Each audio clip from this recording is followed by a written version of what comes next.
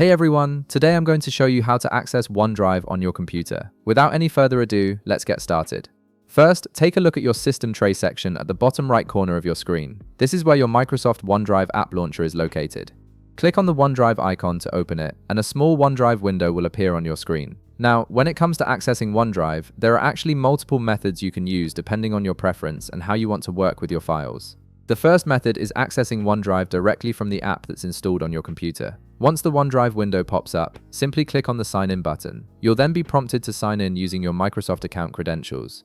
Enter your email address and password, and you'll have immediate access to all your cloud-stored files right from your desktop. This method is great because it keeps OneDrive running in the background, automatically syncing your files whenever you make changes.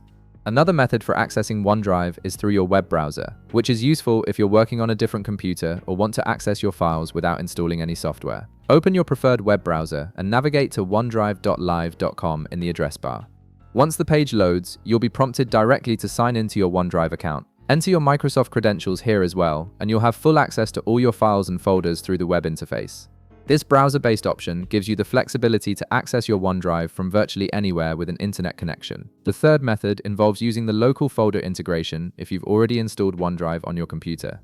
Look at the left side panel in your File Explorer window, and you'll notice a OneDrive option listed there alongside your other folders like Documents and Downloads. Click on this OneDrive option, and you'll immediately see all the folders that are linked to your OneDrive cloud storage.